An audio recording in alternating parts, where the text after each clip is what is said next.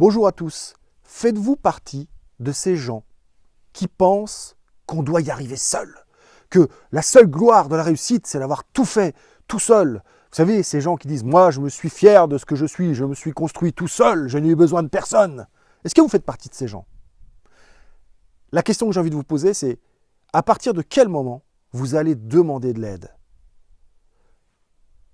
Bonjour, bienvenue dans cette piqûre de rappel pour les poissons rouges.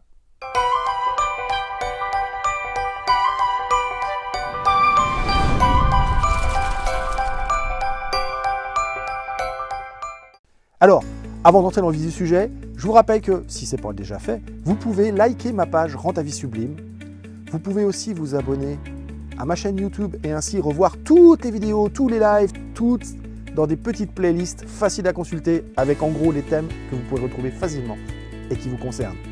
Et puis, vous pouvez inviter vos amis, votre famille, votre environnement à aimer ma page Rends ta vie sublime si vous pensez que ça peut leur faire du bien, leur apporter des billes pour aller mieux dans leur vie et vivre leur vie qu'ils souhaitent vivre. Alors, est-ce que vous faites partie de ces gens qui ne demandent jamais de l'aide, qui préfèrent, je vais dire le mot, crever sur place que de demander de l'aide parce qu'ils perdraient leur orgueil, parce qu'ils perdraient leur ego? Et oui, c'est l'ego qui parle quand vous ne demandez pas de l'aide alors que vous êtes dans la panade.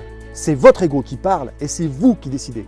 Alors bien souvent, ces gens-là, j'ai en tête l'anecdote de mon ami Martin Latulipe qui racontait qu'une personne avait demandé le remboursement de la formation tout simplement parce qu'elle n'avait pas réussi ce qu'elle voulait avec la formation. Alors Martin lui a demandé « Mais est-ce que tu as demandé de l'aide ?»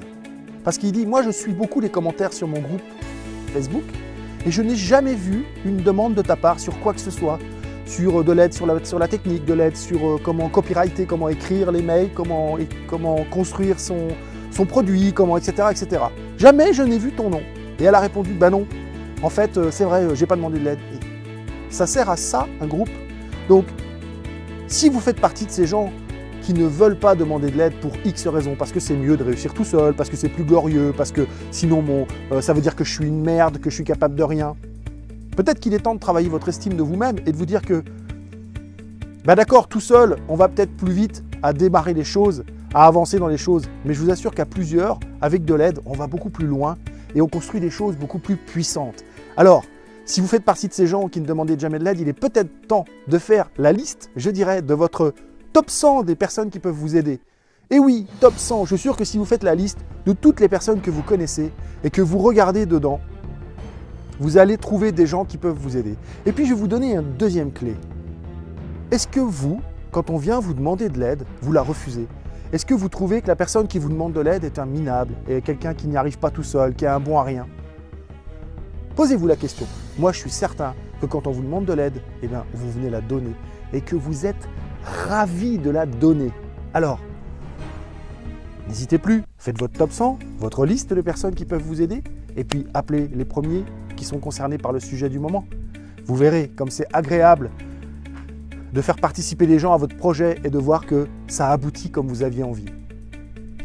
J'espère que vous allez demander de l'aide et pourquoi pas me demander de l'aide à moi. Je suis dispo, je réponds à vos commentaires, je réponds à vos questions. Il y a plein de gens qui me posent des questions, qui osent me les poser et à qui je réponds. Je ne peux pas être tout le temps là, mais quand je peux, je le fais.